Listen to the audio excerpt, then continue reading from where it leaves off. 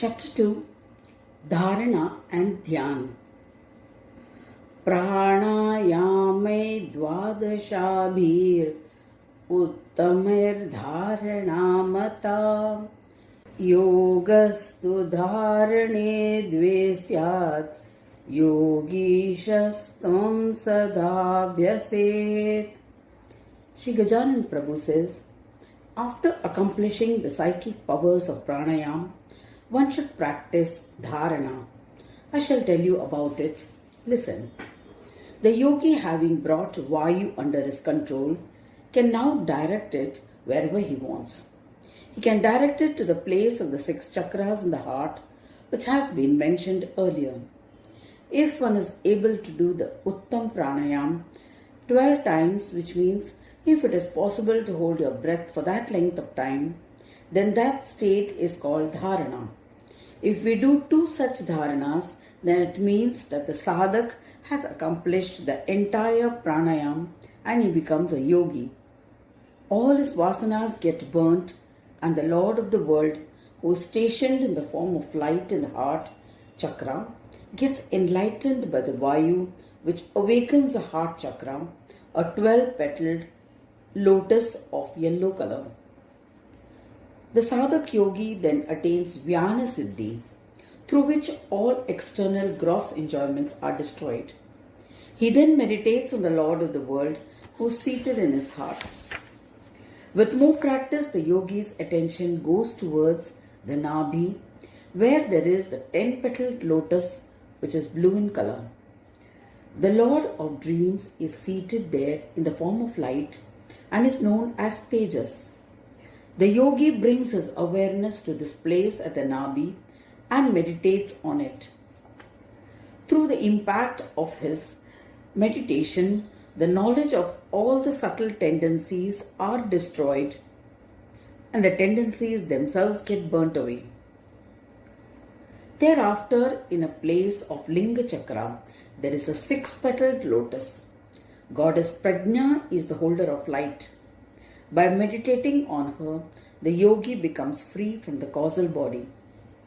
In the end, at the place of the Muladhara Chakra, there is a 4-petaled lotus where the Turyatma Devata is the bearer of light.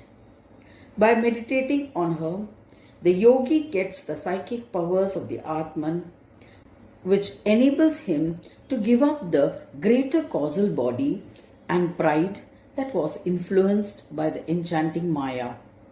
Then, with the support of the Adhar Chakra, which is located at the back of the anus, the yogi moves his consciousness through the Sushumna Nadi, which begins from the lowest rung of the spinal cord and goes up to the throat, where there is a 16-petaled lotus within, which is located in the luminous form of the Jivatma, meditating upon which destroys all enchantments of the Jiva. The yogi gets Kaivalya Deha Siddhi and becomes a complete Jnani. The yogi's movement then goes to the chakra in the middle of the eyebrows. There, a 2-petaled lotus is located. The Soham Brahma is stationed here in the form of light. Meditating upon this light consumes the entire Jiva Maya, and the Kaivalya Deha too does not remain. Only the form of Soham Brahma as Shunya remains. From here, the yogi goes to Brahmarandra at the Sahasrara, which corresponds with the Asi state chakra. This is the place of Bodha Brahma in the form of light, who exists as the non-differentiated form of Jiva, Shiva, Paramatma.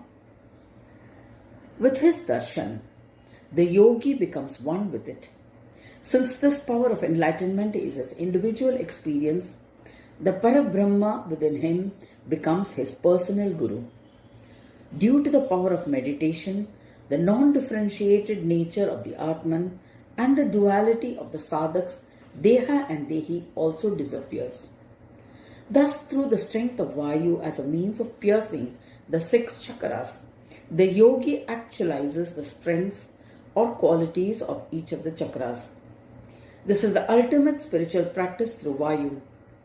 A yogi sadhak who is able to reach the place of the Supreme and steady the Vayu there has said to have truly accomplished Yoga Pranayama. During worship, the flow of vasanas do not come under control, but through the Vayu spiritual practice, the momentum of the mind is automatically curbed and it can be held there without doing anything. So, combining worship and the application of the knowledge of pranayama can enable the sadhak to pierce through the 6 chakras. This is not possible through the practice of pranayama alone. Through the practice of pranayama, the Vayu that is taken up to Brahmarandra remains there constantly for a period of 6 ghatika. Each ghatika is a period of 24 minutes. That is, 6 into 24 equals 144 minutes or 2 hours and 24 minutes. This siddhi or accomplishment is known as Mahadharana. If a yogi can maintain the state for a whole day and night, then it is called Mahadhyana of Yoga Pranayama. Finally, the yogi can hold his breath at Brahmarandra for 12 days. He is said to have accomplished the Siddha Yoga meditative union. This is the spiritual practice of Yoga Pranayama described in the Yoga Shastras. The Yoga Shastras also speak about Mula Bandha and Jalandhar Bandha as part of pranayama. They are a part of Hatha Yoga and are of no use in attaining the psychic powers for experiencing the being of Brahma.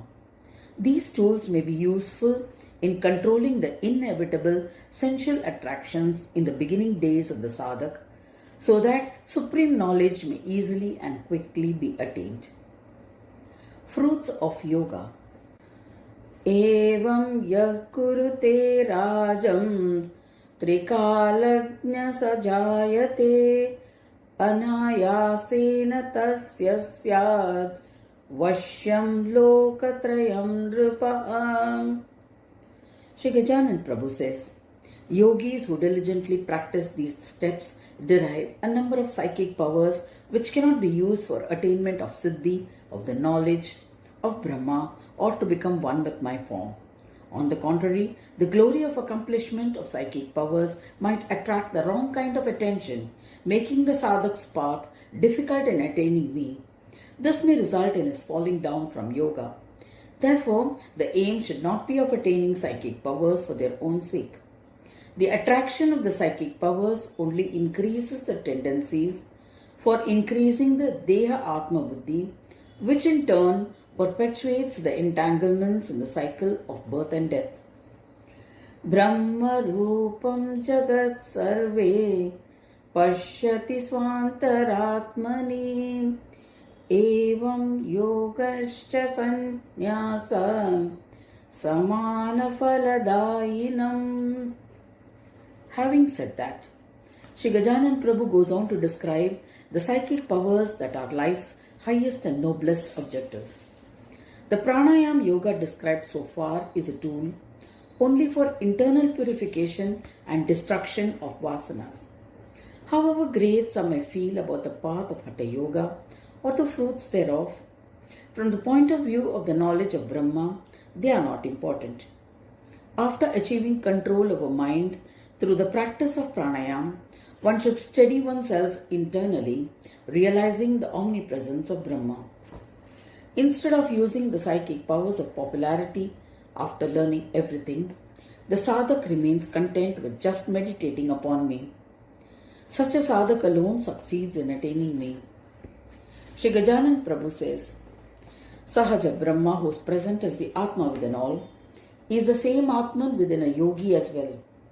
So, if the yogi has attained the Sahaja state, he becomes completely accomplished and becomes one with it.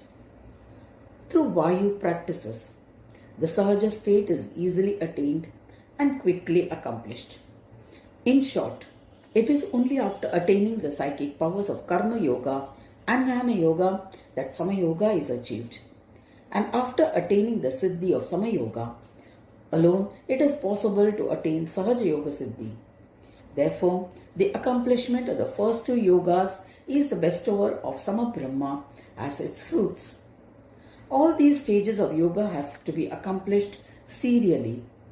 The complete self-knowing of Asat, Sat, Sama and Sahaja Brahma, the four power centers, enable the accomplishment of Sanyoga of Swasamvedya.